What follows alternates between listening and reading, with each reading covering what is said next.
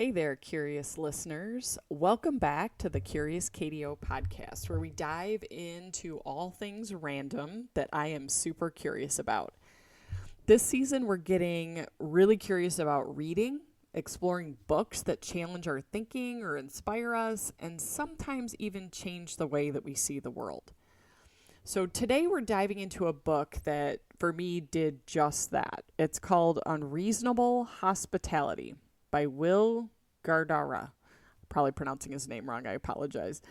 This isn't just a book about the hospitality industry. It's a masterclass really in how to think about leadership, really how to think about customer service, and how companies can start to turn what might just be an ordinary moment into something that is extraordinary and memorable to that customer.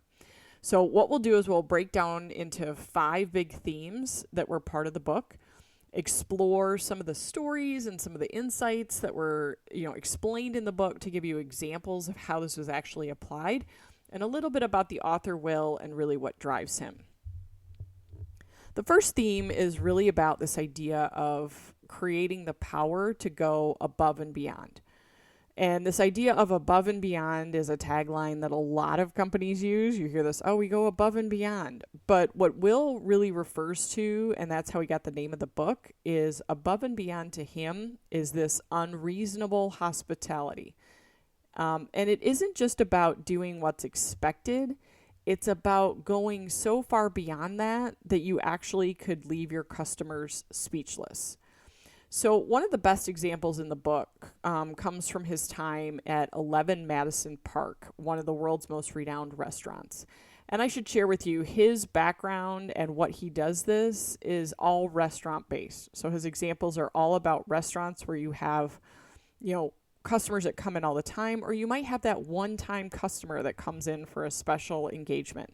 And so that just gives you the frame of reference for his examples. So he shares a story about a table of guests who casually mentioned that they wish that they could have a hot dog cart experience while in New York City, right? So how many tourists or people visiting the city are like, I'd love to have a hot dog cart experience. So what would you do if somebody mentioned that to you and you were in charge of that table, right? Most of us would smile and nod or say, oh my gosh, there's the best one that's 4 blocks down. You should check it out. But what Will did is he actually sent one of his staff to go buy a hot dog cart. He brought it right outside the restaurant and served those guests a gourmet hot dog experience. Okay, so that is what he talks about as unreasonable hospitality. So here's the quote that he says in the book. We weren't in the business of serving dinner.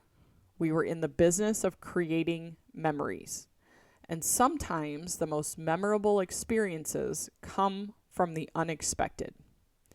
And this theme is really about creating those magical moments from just a simple conversation or phrase that somebody had.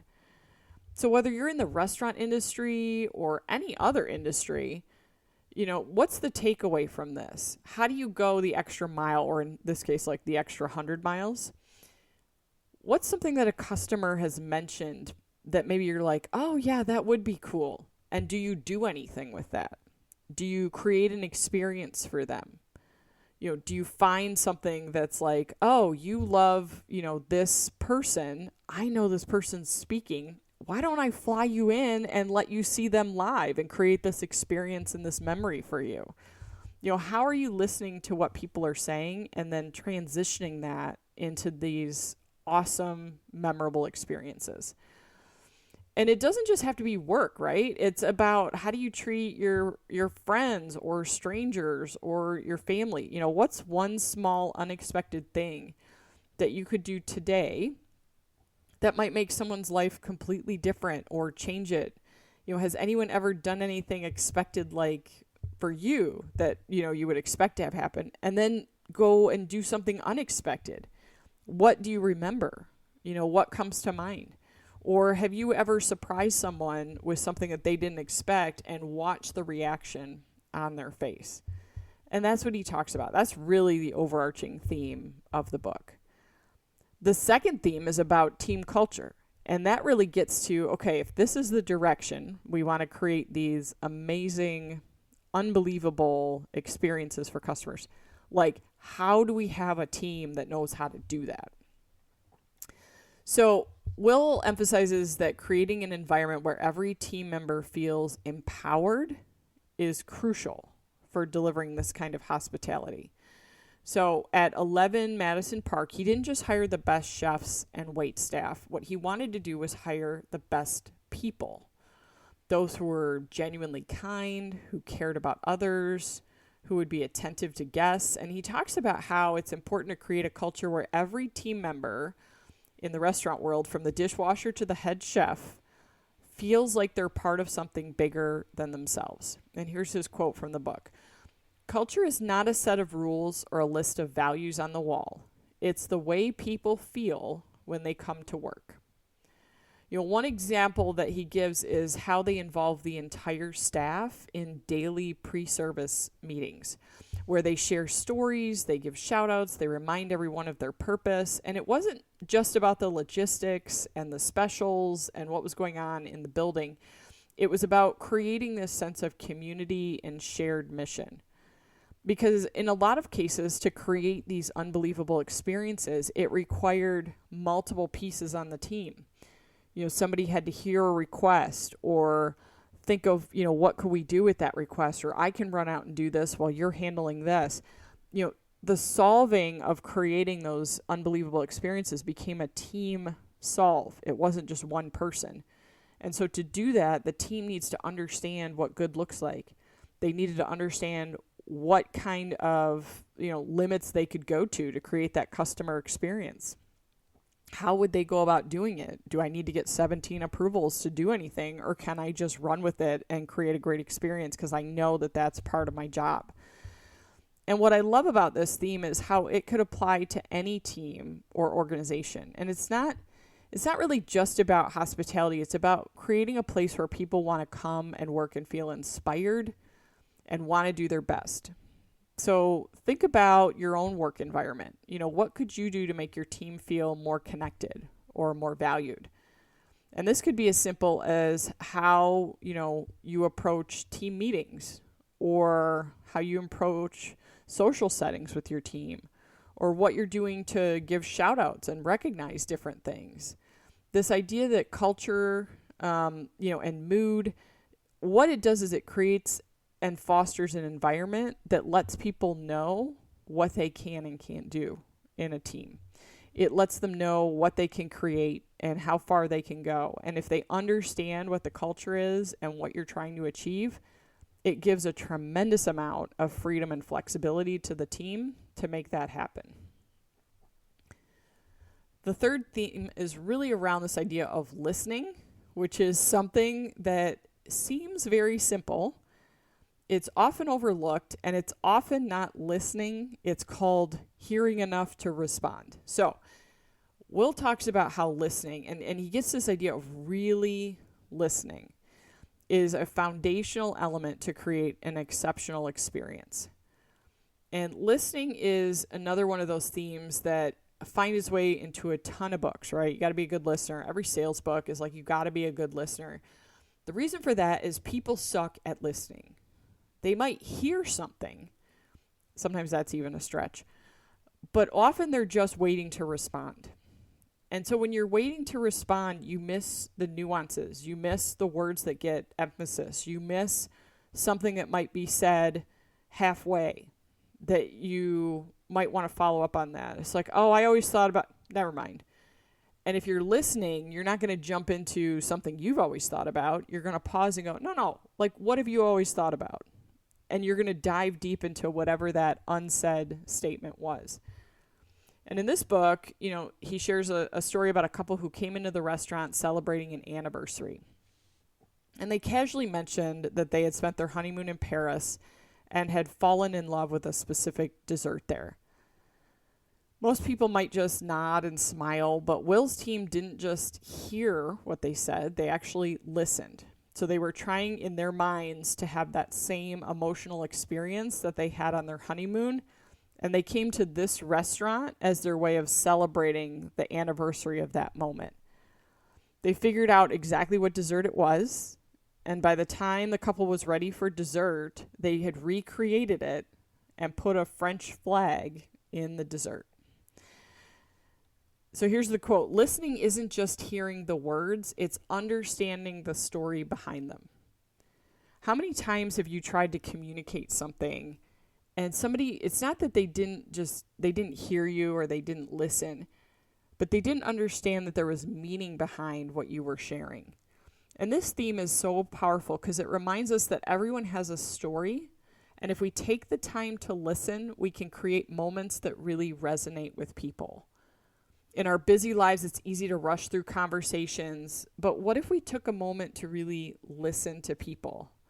And didn't listen with the guise of like, I'm going to respond, or I have a story too, or I have thoughts. But what if you could just discover or make deeper connections or find out things about people that you didn't know? And when you spend time and your goal of the exchange is not to go, I'm trying to get my point across or I'm trying to say something, but when your goal is really to say, I'm trying to listen, to be, the best salesperson, the best marketing person, the best whatever, to be able to deal with whatever you're telling me.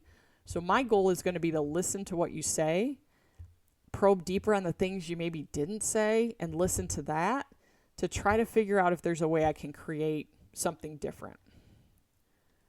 The fourth theme is about creating these lasting impressions. So those are the moments that stick with people long after they've left the restaurant or long after they've had a conversation, and it sticks with them. And what I find a lot of times is the amazing thing is that might not stick with you if you were the person that created the experience, but it might stick with the person who received it in a way different way than you ever thought. So he talks about at the restaurant, they aim to create these moments of delight, these unexpected surprises that guests would remember for years.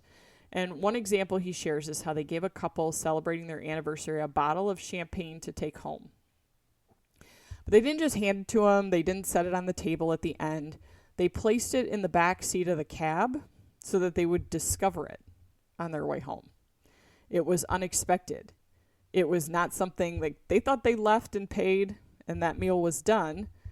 And they get in the cab and they have this unforgettable moment of just intentionality of creating that experience and carrying that experience outside of the restaurant into their drive home. So here's the quote that he says: "The best experiences are those that stay with you, that you think about long after they're over. They're the ones that make you smile months or even years later." I know that my team will often think about this when they take a customer golfing. I often hear stories about, you can take them golfing and you might have this fun moment. But what they try to do is have the customer choose something at the end from the golf course with the name on it.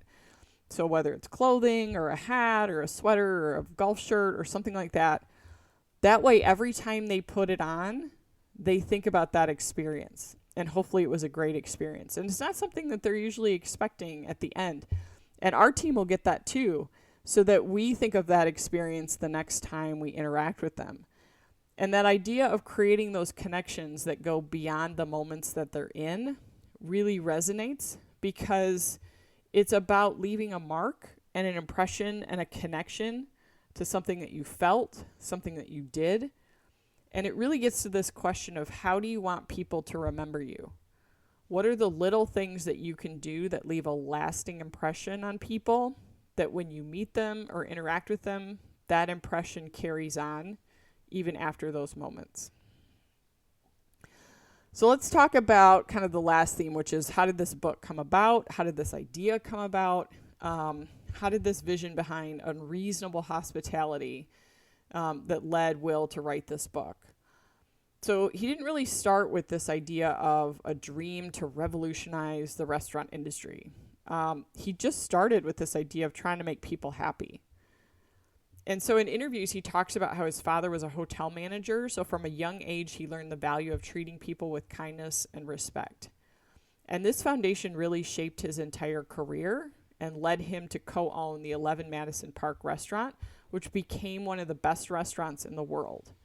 Not just because of the food, but because of the way that they made people feel when they went to that restaurant. So here's what he says in the book. I realize that the greatest gift we can give others is to make them feel seen, to make them feel special.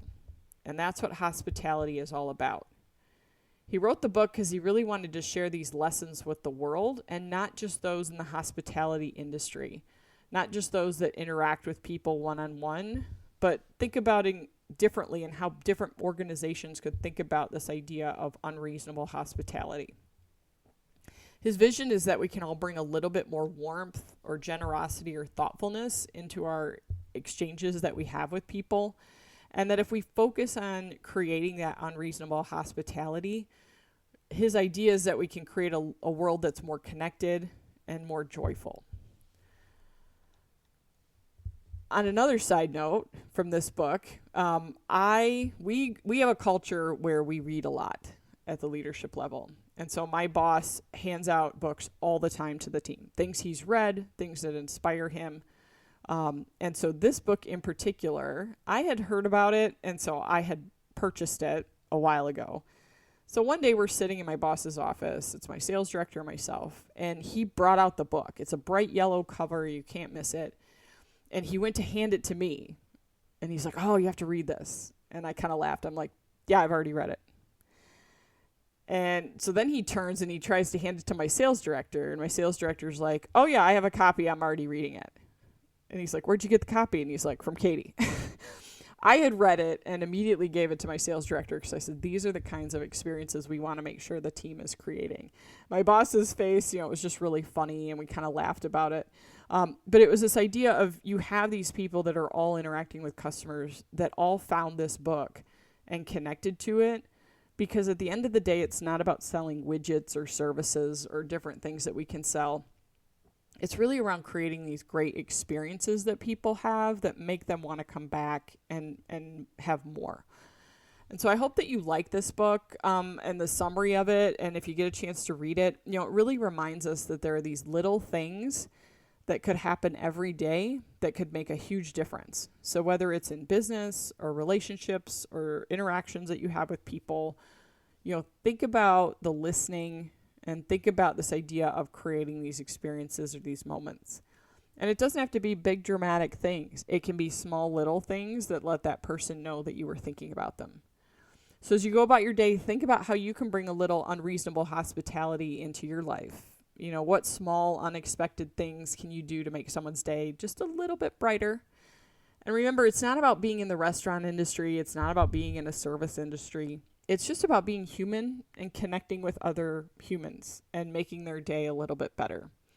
So thanks for hopping in on this episode of Curious KDO. If you enjoyed Unreasonable Hospitality, I'd encourage you to check it out. Don't forget to subscribe, share, and leave a review. And as always, stay curious.